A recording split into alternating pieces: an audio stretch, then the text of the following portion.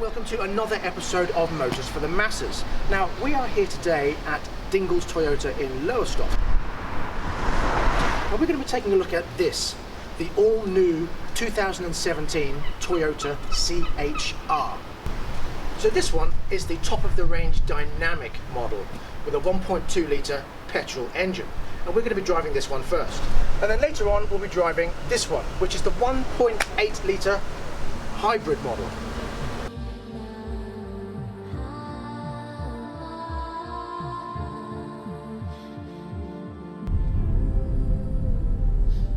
So these come with two different engine types.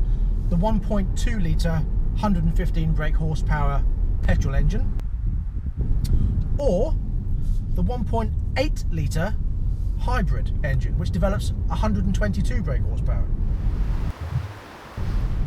0 to 60 times, of course, are not earth-shattering, but this is not what you buy this kind of car for.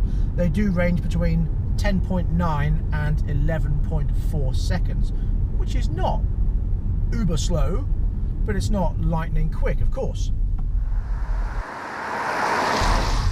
Top speeds, again, not lightning quick, 105 miles an hour, up to around sort of 118 miles an hour, depending on, again, which model you go for. Now, you may be fooled into thinking that the 1.8 litre hybrid is actually faster, but it's not. It's the 1.2 litre that is the faster car. Well, to 60 anyway. The reason for that is that this is not just a 1.2 litre, but it has a turbo. And the 1.2 litre turbo, which seems to be favoured by a lot of manufacturers these days, is a lot faster than the heavier hybrid.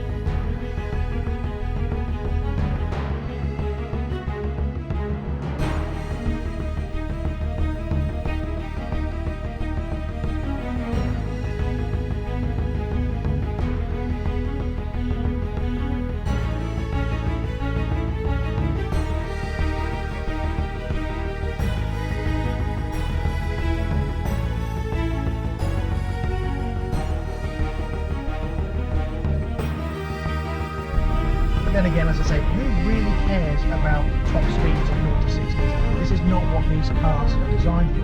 Crossovers are for people that don't want a massive SUV, but want to feel as though they're a little bit higher than your average saloon car. And I have to admit, I do feel as though I'm in a grander position on the road.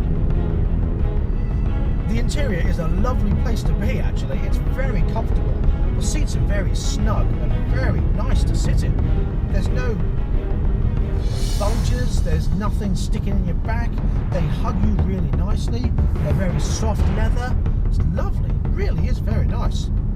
The steering is very light indeed, and it's very precise. You turn into a corner and you're straight there. There's no wallowing around. Obviously, you're in a brand newly developed car.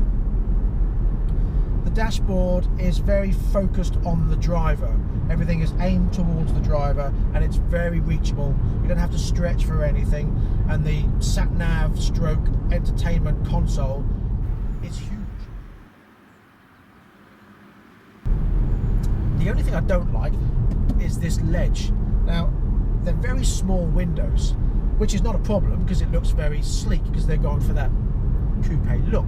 However, putting your arm on the window is not great because you feel like you're right up here level with your shoulder, and I don't like that at all, especially with someone like me who has potential issues with shoulders. It's not comfortable at all. So we're now coming up to a dual carriageway, so let's see how this little 1.2 turbo performs.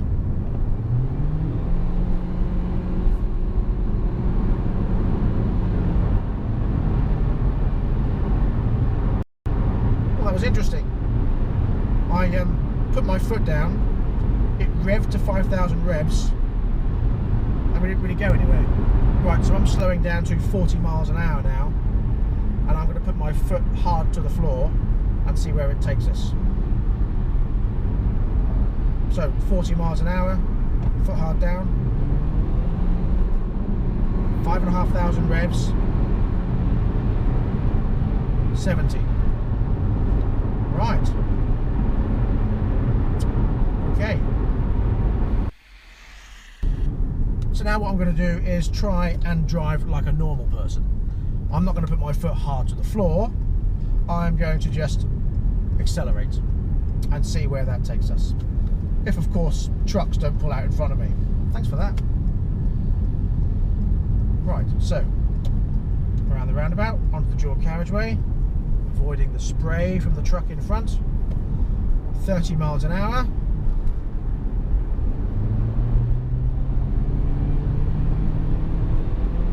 I didn't put my foot hard to the floor.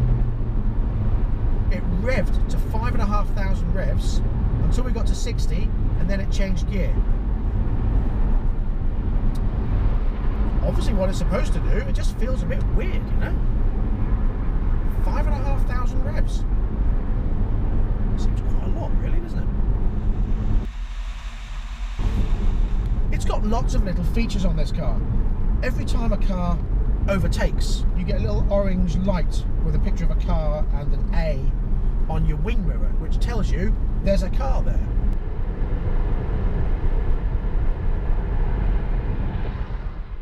Now, I suppose some people could argue that that's distracting, but I don't find it is. I think it's, oh, yeah, right, it's just a very subtle little light in the corner of your eye there to tell you, oh, there's something there.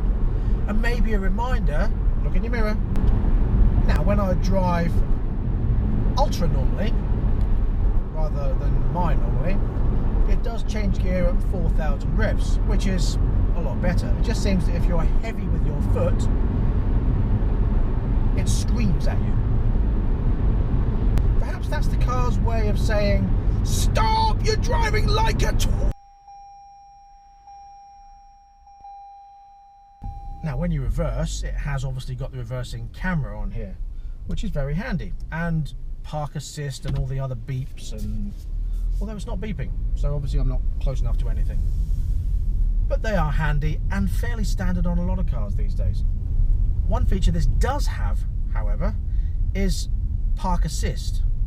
Now, park assist in a way that it doesn't just help you park, it parks the car for you.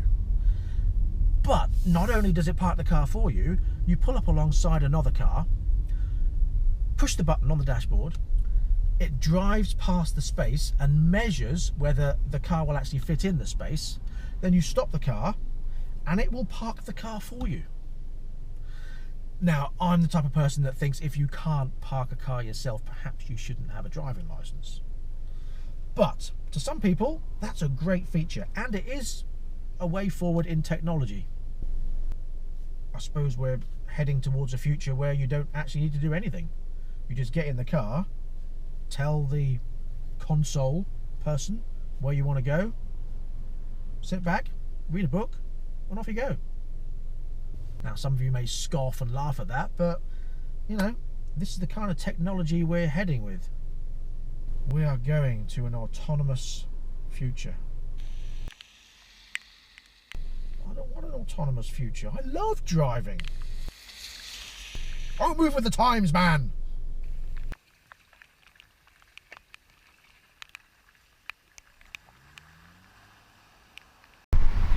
Prices start for this car for around £21,000 for the base Icon model. You then have the XL model and this one, the Dynamic, where prices for the 1.8 hybrid version can go right up to just under £28,000. So if this smaller engined 1.2 turbo is faster than the 1.8 hybrid, why would you choose the hybrid, I hear you ask?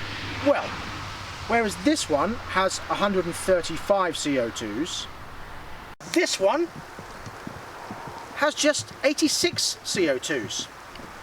Look at that, look, I made it rain as well. That just goes to show what hybrids do for this world of ours. It makes it rain more. That's why we need V8 petrol engines to make it more sunny and less rainy.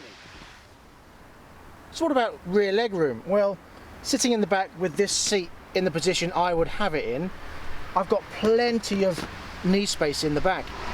Now, an optional extra with this car is that it comes with the DVD player in the back and a holder that you can put your iPad in.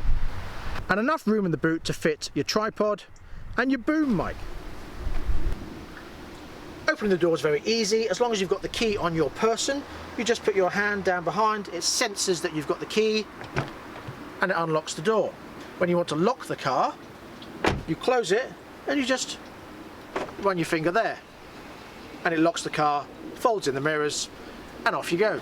Now, you can't just drive away unless you've actually got the keys on you inside the car, because it senses that the key is in the vehicle before it actually starts the car itself. So it's all very clever technology.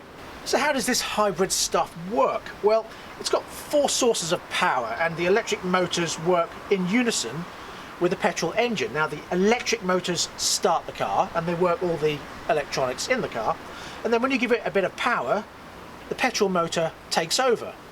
Now, also when you decelerate, it's charging the electric motors, and when you accelerate, it's also charging the electric motors. So you've got enough power to propel the car gently in electric mode, and then when you want to give it a bit of oomph, petrol takes over. So now we are in the 1.8 hybrid version. Now, when you start this car, you put your foot on the brake, you press the power button, and the engine is on. You can't hear it because it's in electricity mode. So it senses that the car is ready to run. You stick it in gear, drive away. And this feels very strange indeed. I've never been in a car that makes 0 noise before. So strange.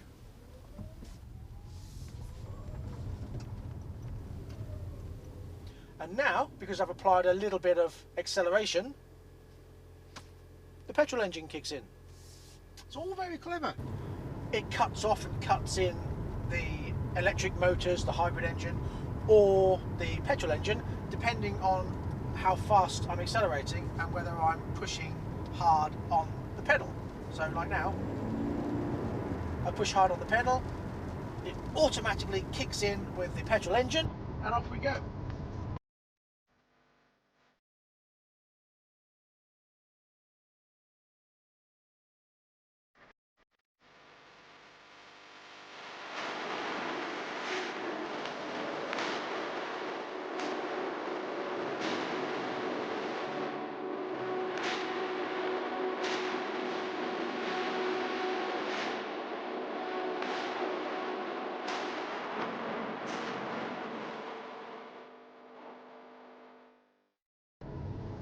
The console is fully functional. There's lots of different things, lots of different features that it has. One feature I think is pretty useless is a G meter. Why anyone who drives this kind of car would want a G meter, I really don't know. But that seems to be something that a lot of people are putting in their cars these days, G meters. The interior on this one is much nicer. It's very soft leather, it's lovely colour, and it's a wonderful place to be, like the other one. It's just not uncomfortable and not a nasty place. It's a lovely cockpit. These cars all come with the standard things like air conditioning, climate control, heated seats, automatic lights, so you leave it in headlight mode and it will detect what's coming the other direction and dim the lights automatically. You can turn that off, but it is a function that it has. It also has the brake assist, so if you're driving along and it'll flash up and make a beep to say you need to brake, and if you don't brake, it will brake the car for you. Now, one thing that you do need to be doing is moving, as in the other person needs to be moving. It doesn't detect a still object, so you can't drive up to a wall and expect the car to stop, or a person standing in the street and expect them not to be hit, because they will be. They have to be either moving or in the action of moving for it to actually do what it's supposed to do. So there are 3 different driving modes. You have Eco, normal and sport mode. Of course we shall put it in sport mode, but this does nothing to the performance of the car. It doesn't actually make it faster, it just changes the throttle response by 10%. So if you put it in sport mode, it adjusts the throttle so when you put your foot down it picks up straight away, whereas in eco mode you can quite happily store your polar bear in the back and he can stand up and not worry about being knocked over when you accelerate away from the traffic lights. And as you can see by all these things here, the car is ready.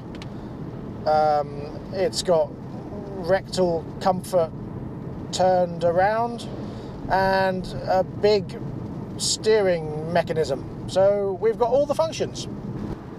One thing I do find amusing as you're driving along, it'll tell you whether you're charging in eco mode or if you put your foot down, power!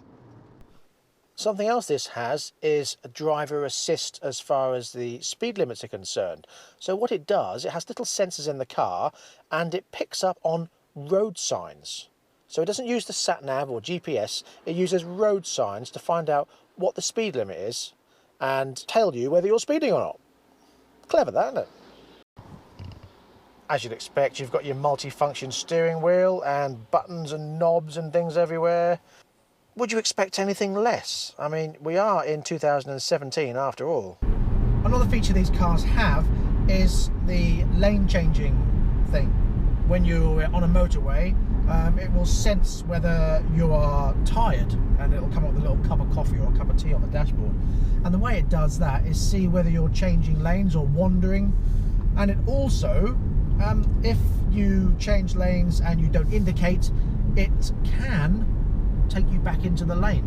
So it's like saying, oh, we don't think you're driving properly.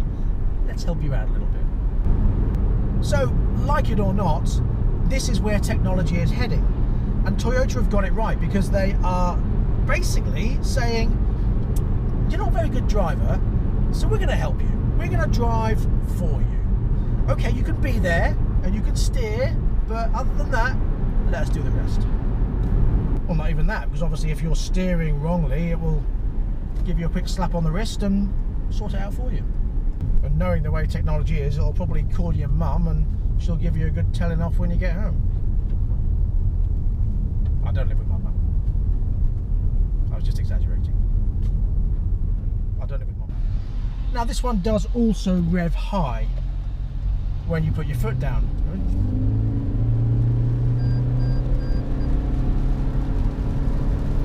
Except you don't have a rev counter, it's just got that power meter.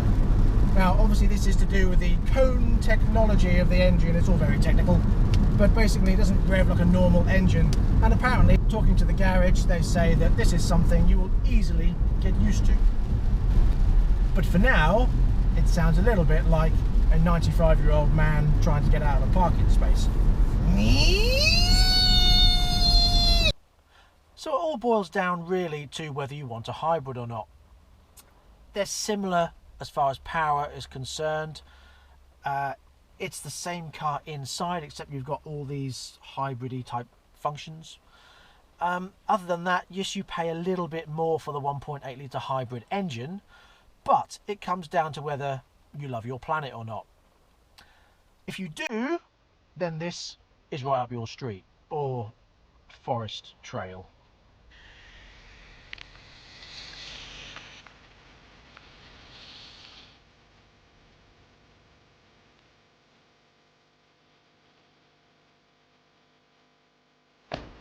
So there you have your two options, turbo or hybrid.